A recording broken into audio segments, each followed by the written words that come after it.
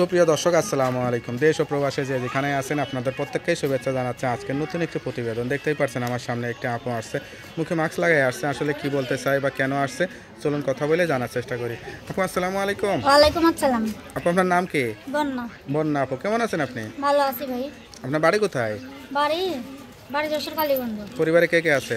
পরিবারে আম্মু আছে, আমি আছি, আমার বোন আছে। আপনি কি করেন? আমি বর্তমান সেলাই মেশিনের কাজ করি। বয়স কত এখন? তাই 18-19 বছর হবে। 18-19 বছর হবে।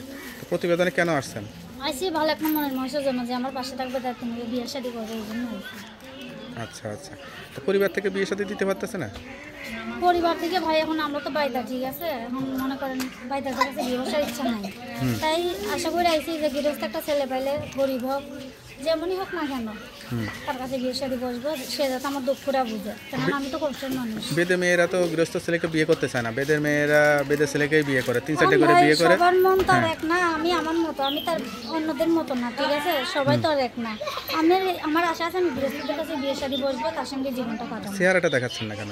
চেহারা দেখেনি ভাই, মুখে একটু ঘামাচি হয়েছে তো তাই। নাকি দাঁতটা ভেঙে ভেঙে গেছে আবার? না না ভাই, মুখে ঘামাচি হয়েছে। আচ্ছা আচ্ছা।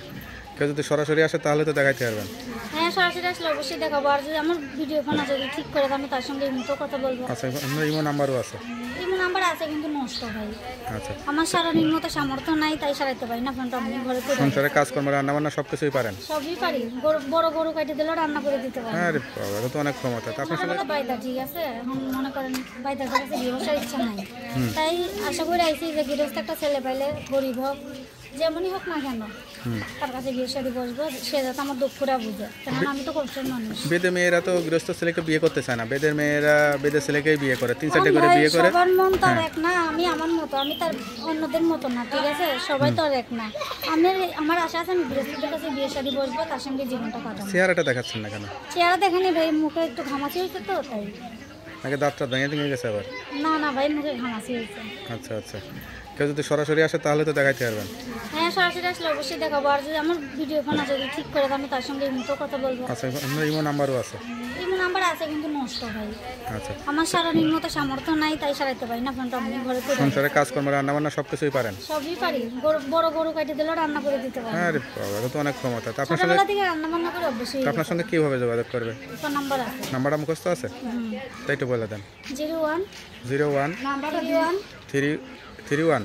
হ্যাঁ হ্যাঁ, 990 7822। আবার একটু বলে দেন। 01 31 990 7822। নাম্বারটা খোলা থাকে তো? হ্যাঁ, নাম্বার খোলা থাকবে। যাক, নাম্বারটা খোলা রাখবেন। অবশ্যই 5 ওয়াক্ত নামাজ কালাম পড়ে আল্লাহর কাছে চাইবেন। ওইটাই তো ভাই, দিয়ার মালিক আল্লাহ। আল্লাহ দিলেও কত খাওয়াবে। সেটাই তো। আপু ভালো থাকেন, দোয়া করি। আছে। ওয়ালাইকুম আসসালাম।